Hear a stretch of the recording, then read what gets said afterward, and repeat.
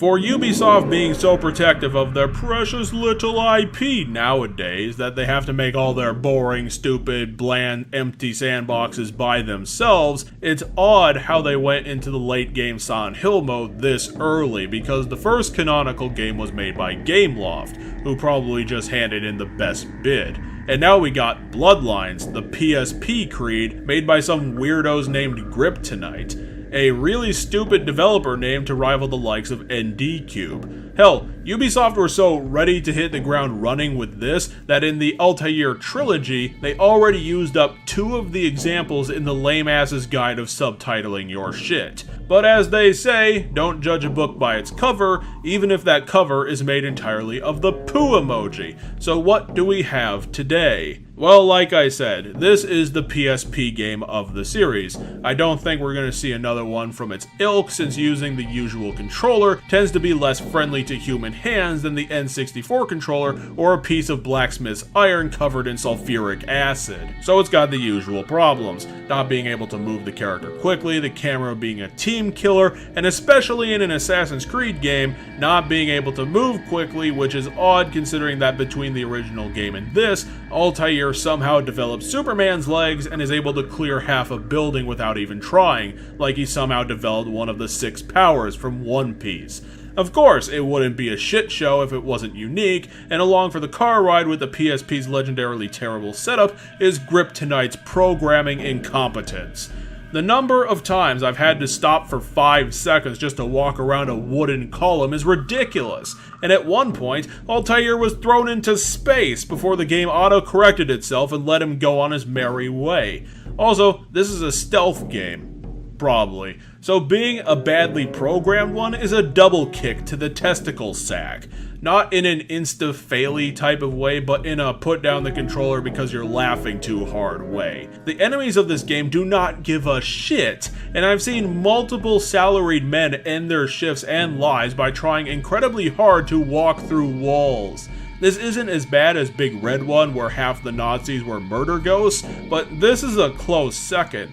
Plus, it's fucking hilarious. I suppose I should lay down my hand on this video. In spite of the game's numerous problems, I'm not that down on it, and Griptonite did manage to put another sort of quality game on the PSP. Mostly because it learned some lessons from the future shit Ubisoft about how to make an Assassin's Creed game. Cutting out all the bullshit and just getting down to some goddamn neck fondling. That's all people want from this series, a nice storied progression from assassin to dead Templar with no feathers, city purchasing, or other loot box bullshit that I'm sure we're gonna see in Origins, and if not, it's a damned guarantee in the Assassin's Creed after that. For such a terribly named and unknown company, Ubisoft did manage to hire a good writing staff in Griptonite. The missions are well written, progress nicely, and take some cues from good sandboxes like GTA and how to put it all together.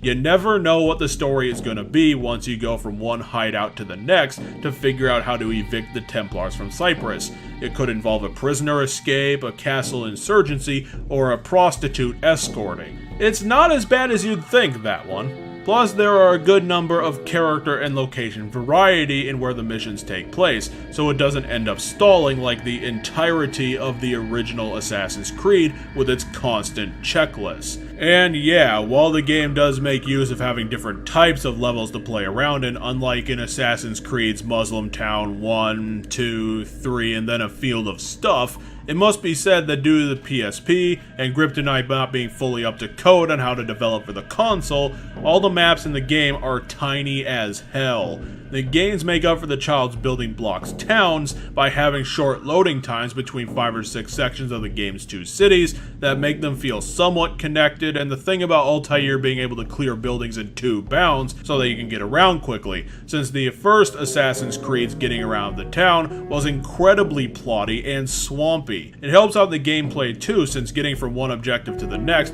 doesn't take 30 million years of sneaking around the infinite amount of Templar dickheads. Also, the towns don't have any NPCs in them beyond the ones that help the resistance. It's kinda weird that the Templars didn't sniff out the organization years ago, considering every third jackass seems to be one of their informants. This also means that you don't get the annoying ass beggars and constant shit harassing your journey every time you want to do something. Ubisoft should really know by now that a sandbox should enhance a gaming experience instead of being a constant annoyance to the player, but that's publisher logic for you. And since this is a sandbox, Griptonite does give us the usual terrible overarching goal for the entire game that the player will be constantly ignoring. Although it works a lot better in Bloodlines because not even Griptonite gives a shit about having an overarching goal and focuses more on the day-to-day gameplay, which is what makes this game a lot more fun than Ubisoft's la-di-da abstergo nonsense in the modern day. Seriously, Griptonite doesn't even use the framing device in this game, and having the animus work as the game's menu is odd when we never see a character in it or beyond it. Anyway, to finish up this apparent Altair trilogy, Altair sniffs out a Templar conspiracy to try and take back Al-Mualin's piece of Eden, and tries to find more of them, so Altair sets out to stop them and find some kind of archive that may have more pieces of Eden in it. The Templar organization is now headed up by a man named Armand Bucart, who barely appears in the entire game. Altair is more focused on getting rid of the Templars' New Cyprus government after they somehow bought the island from King Richard after he took over the island. The overarching plot is really flimsy and doesn't really matter, and thankfully Griptonite knew that fact too. You'll be more interested in the game's side missions anyway, which have a variety to them and some actual challenge. Most of them is simply killing people that some weirdo doesn't like very much for a vague reason. Others will be map races, stealth kills, and slowly getting around the city. The added challenge to the side missions does make for quite a treat when the Assassin's Creed Soul citizen saving gameplay felt like a chore. Plus, they add in a bit of the WoW quest dialogues to spice things up, along with a lot of dialogue for the bit players of this game. To be frank for a bit, Ubisoft didn't pony up any of the original game's voice actors, and I will thank Christ for that, because the ones Griptonite found on the street did a way better job of it. Altair's new voice is a stark comparison against his original's douchebag know-it-all tones, since the voice actor is accented and gives off a good maturity and demanding of respect. It's more believable and makes the character more likable. Mind free of impediments is capable of grasping the chaotic beauty of the world. This is our greatest asset. Plus, the villains are brilliantly on point and bringing a lot of strength to their performances. He loathes our local faith and even went so far as to steal a set of historic scrolls from us, claiming they were symbols of pagan blasphemy. This is the kind of good stuff you get with a tighter, focused budget.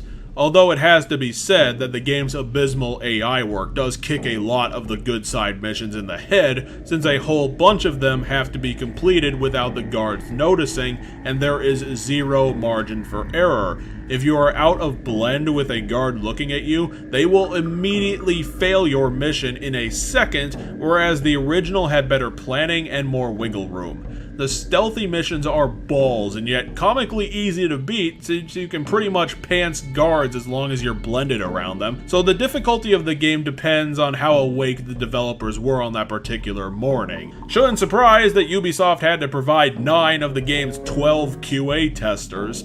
On the other hand, in normal gameplay, stealth is non-existent, which makes getting out of a notice state amazingly difficult. There are so few hay bales and hanging gardens in this game, maybe 8 of those cloth boxes in total, meaning that a massacre is a useful strategy.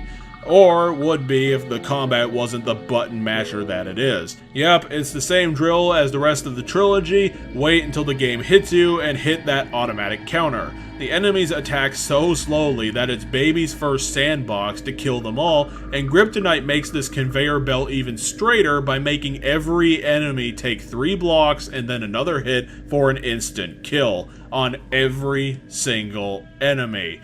The game says that there's a combo move, but that doesn't exist, much less work in this game, and it doesn't help that the only instruction you get in the game is to tap the attack button when you attack the enemy. You can buy damage upgrades from the main menu with coins earned for doing side missions and hitting sync points, but that literally doesn't change the combat at all. It's as repetitive as tearing out pages and pages and pages of loose leaf paper. Although it is pretty funny that the max health you can get in Bloodlines is 10 bars, and yet Altair remains the invincible man, especially through the game's boss fights. Now, these aren't your usual Assassin's Creed staples of dude in a slightly fancy hat. No sir, the boss fights, the assassinations in this game are honestly the best part, since Griptonite made them challenging fights instead of challenging stealth sections. The second boss, Moloch the Bull, is so well designed that he hits all the notes for a Dark Souls boss, believe it or not. He's got background lore, an amazing character design, a ton of health, plus highly dodge-based combat. It's brilliant fun, and it's gonna be what gets you through the castle invasion missions, since the stealth in those sections is completely and utterly broken into splinters. You are forced to murder everyone no matter what, and there's no reward for doing so besides tiny bits of XP. But after murdering your way up the corporate ladder and re-kidnapping Maria Thorpe so many times that it's officially recognized as a boomerang relationship, Altair finally makes it to the Templar archive and Armand Bucart himself, and it turns out that all the artifacts in the archive that Altair wanted were moved to somewhere else halfway through the game. Too bad, better luck next time. It's a hilariously bad ending to a barely there plot, and kind of works, since this is a sandbox and no one cares. The battle with Armand is decent enough. He's got a bit more tech than Altair, and that makes him hard to kill. And that's nice. A final boss with some teeth. Then with Altair needing a quest to continue on, Maria kind of chides him to head east with her to some sort of goal where Altair can spend his days pondering the universe and write that whole library that some numbskull will find in 600 years.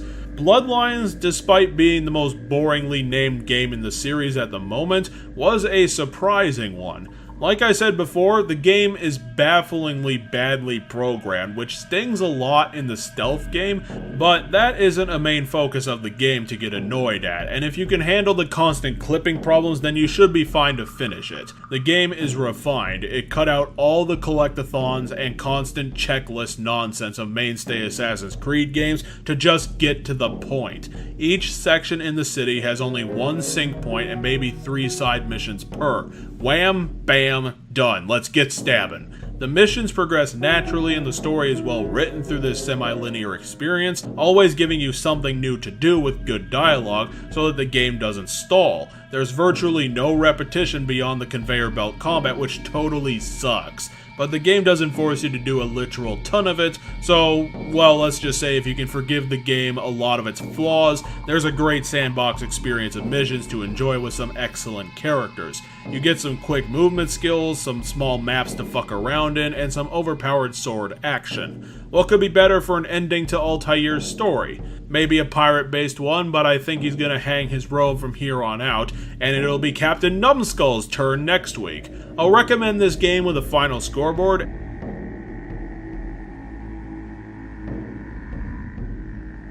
and send you lot a victory for gamers because you damn well earned it. Thanks for watching.